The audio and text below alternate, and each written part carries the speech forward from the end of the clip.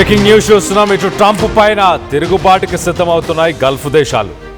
Trump తీరుపై తీవ్ర అసంతృప్తితో గల్ఫ్ దేశాలున్నాయి. ఇటు అమెరికాకి షాక్ ఇవ్వబోతున్నాయి సౌదీ అరేబియా, అలాగే దుబాయ్.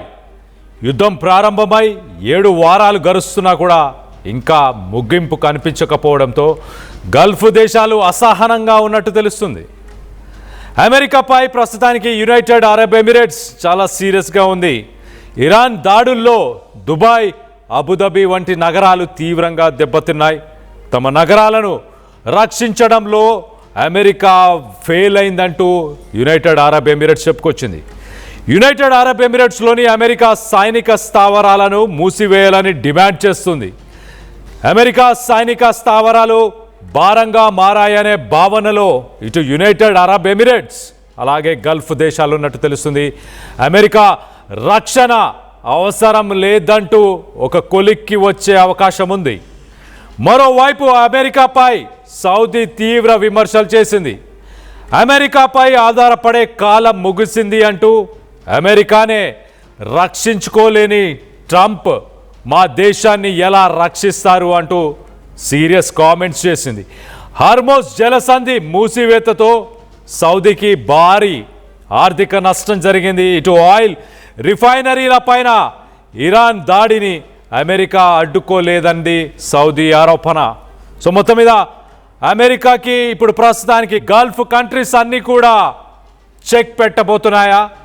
1973లో ఇటు సిరియా, ఈజిప్ట్, గల్ఫ్ దేశాలన్నీ కూడా ఇజ్రాయెల్ పైన దాడి చేశాయి. ఇజ్రాయెల్ అప్పటిదాకా ఆక్రమించిన భూమిని వెనకకు తీసుకోవాలన్న ఉద్దేశంతో గల్ఫ్ దేశాలు, ఈజిప్ట్ అలాగే సిరియా వీటితో పాటు ఇజ్రాయెల్ పైన దాడి చేస్తే యుద్ధం ఓడిపోబోతుంది ఇజ్రాయెల్ అన్న సమయానికి అమెరికా ఇజ్రాయెల్కి హెల్ప్ చేసింది, వెపన్స్ని సప్లై చేసింది. దీంతో గల్ఫ్ దేశాలు తమ దగ్గర ఉన్న ఆయిల్ని ఒక వెపన్ లాగా వాడే ప్రయత్నం చేశారు. అమెరికాకు సంబంధించిన మిత్ర దేశాలకి, అలైస్కి, మరి ముఖ్యంగా అమెరికా, యునైటెడ్ కింగ్డమ్ అంటే బ్రిటన్, జపాన్, కెనడా, నెదర్లాండ్స్ ఇలాంటి దేశాలన్నిటికీ ఆయిల్ని సరఫరా చేయడం నిలిపివేశారు. ఇమీడియట్గా అమెరికా ఆర్థిక వ్యవస్థ కుప్పకూలిపోయింది. అక్కడ ఉన్న ఆయిల్ ప్రైజెస్ 4 గింతలు ఒక్కసారి ఆకాశాన్ని అంటేశాయి. ప్రపంచాన్ని శాసిస్తున్న అమెరికా ఒక ఆయిల్ దేశాలు, చిన్న దేశాల వల్ల కుప్పకూలిపోయామని రియలైజ్ అయ్యారు. అప్పుడున్న స్టేట్ సెక్రటరీ కిస్సింగర్ ఆయన ఓపెక్ దేశాలు అంటే oil producing, oil petroleum exporting countries అంటే గల్ఫ్ కంట్రీస్, జీసీసీ కంట్రీస్, ఈ కంట్రీస్కి ఆయన చేరుకొని ఒక ఇంపార్టెంట్ డీల్ని చేసుకొచ్చాడు. అప్పుడున్న సౌదీ అరేబియాకు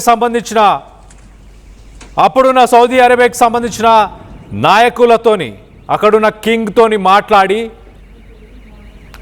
అమెరికా డాలర్స్లోనే మీరు పెట్రోల్ని, డీజిల్ని, ఆయిల్ని కొనుగోలు చేయాలి ప్రపంచ దేశాలకి అంటూ ఆయిల్ వెపన్గా ఉన్న ఆయిల్ని కాస్త అమెరికా డాలర్కి ఒక స్ట్రాంగ్ బేస్గా తయారు చేసుకున్నారు. అలాగా తయారైందే పెట్రో డాలర్. ప్రపంచంలో ఎవరు ఎలాంటి ట్రేడ్ చేసినా ఆయిల్, గోధుమలు, ఎలక్ట్రానిక్ డివైజెస్, చిప్స్ ఏ పేమెంట్ జరిగినా కూడా డాలర్లోనే ఆ పేమెంట్స్ జరుగుతున్నాయి. అదే అమెరికాకున్న స్ట్రెంగ్త్.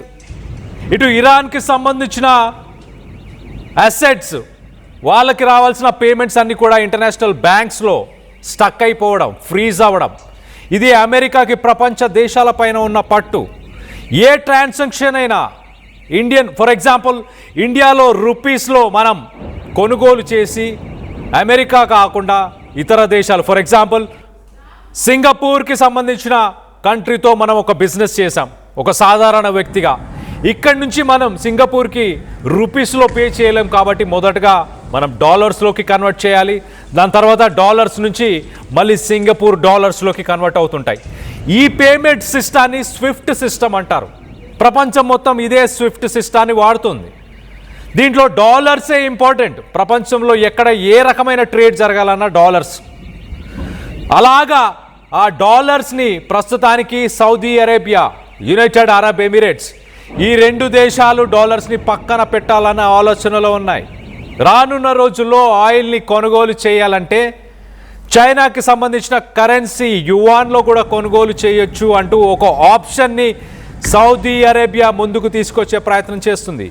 1973లో జరిగిన డీల్ 50 సంవత్సరాలు ప్రపంచంలో కొనుగోలంతా కూడా అమెరికన్ డాలర్స్ పైన జరిగింది. ఇప్పుడు ఒక్కసారిగా Saudi Arabia, United Arab Emirates అమెరికాకి ఒక షాక్, బిగ్ షాక్ అని చెప్పొచ్చు. దీనివల్ల అమెరికన్ ఎకానమీ కుప్ప కూలిపోతుంది. మరో పక్కన డాలర్ పతనం అవ్వబోతుంది. ఇలాంటి స్టేట్మెంట్ ప్రస్తుతానికి బహిర్గతంగా ఏ రోజు సౌదీ అరేబియా కానీ అక్కడున్న గల్ఫ్ కంట్రీస్ కానీ ఏ రోజు బహిర్గతంగా ఇలాంటి స్టేట్మెంట్స్ చేయలేదు. మొదటిసారి అని చెప్పుకోవాలి. అమెరికాకి గల్ఫ్ దేశాలు బిగ్ షాక్ ఇవ్వబోతున్నాయా? మరో పక్కన చైనీస్ కరెన్సీ, ఇటు యునైటెడ్ అరబ్ ఎమిరేట్స్, సౌదీ అరేబియాతో ఇండియాకి కూడా కొన్ని డీల్స్ జరిగాయి. ఆ డీల్స్ ప్రకారం మనకు యునైటెడ్ అరబ్ ఎమిరేట్స్ అలాగే సౌదీ అరేబియా మధ్య జరిగే ట్రేడ్ని మనం రూపీస్లోనే కొనసాగించాలి అంటూ డీల్ జరిగాయి. ఇప్పుడు పెట్రోల్ని ప్రపంచ దేశాలకి చైనీస్ కరెన్సీలో అమ్మడానికి సిద్ధంగా ఉన్నాం. డాలర్తో పాటు, అంటే డాలర్ కాకుండా చైనీస్ యువాన్, చైనీస్ కరెన్సీకి ఒక పెద్ద పీఠం వేసే ప్రయత్నం గల్ఫ్ దేశాలు చేస్తున్నాయా? అమెరికా ఆధిపత్యాన్ని పక్కన పెట్టే ప్రయత్నం చేస్తున్నాయా అంటే ఖచ్చితంగా ఎస్ అని చెప్పాలి. 50 సంవత్సరాలలో ఇలాంటి పరిణామాలు ఎప్పుడు చోటు చేసుకోలేదు. ఇటు ట్రంప్కి భారీ నష్టం, అమెరికాకి కూడా భారీ నష్టం అని చెప్పుకోవచ్చు. దీనికి సంబంధించి మీరేమనుకుంటున్నారు? మీ అభిప్రాయాలను కింద కామెంట్ రూపంలో తెలియపరచండి. రానున్న రోజుల్లో అమెరికా ఆధిపత్యాన్ని తగ్గించే అవకాశంలో ప్రపంచ దేశాలు ఉన్నాయా? ట్రంప్ వల్ల అమెరికా తమ పట్టుని ప్రపంచ దేశాలపైన కోల్పోతుందని మీరు భావిస్తున్నారా? మీ అభిప్రాయాలు ఏంటనేది కింద కామెంట్ రూపంలో తెలియపరచండి.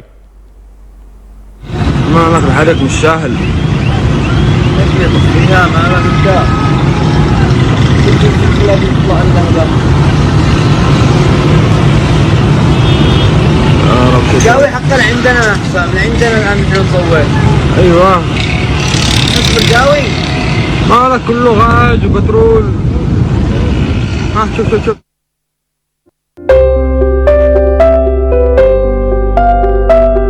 చిన్న చిన్న ఆనందాలు 35 ఏళ్లుగా నా జీవితంలో లేవు. 35 ఏళ్లుగా నేను డైపర్లలో బ్రతికాను. 6 సెంటీమీటర్ల ఫిస్టులా నా మూత్రాశయంలో లీకు కారణమైంది.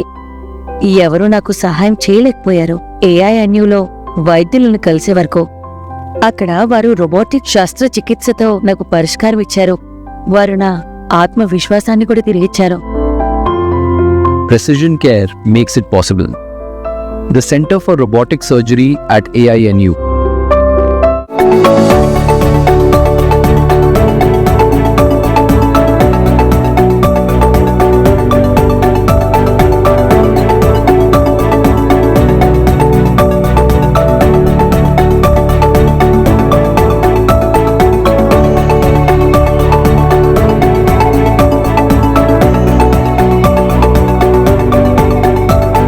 +148 student-led startups, 11 exited startups, 12 cash flow positive startups. KL deemed to be university. 14 లక్షల మంది పోటీ పడిన JEE మెయిన్ 2026 ఫలితాలలో ఇద్దరు విద్యార్థులకు 300కి 300 మార్కులతో ఓపెన్ కేటగిరీలో 2 ఆల్ ఇండియా ఫస్ట్ ర్యాంకులు సాధించిన దేశం మొత్తంలో ఏకైక విద్యా సంస్థ శ్రీ చైతన్యయే.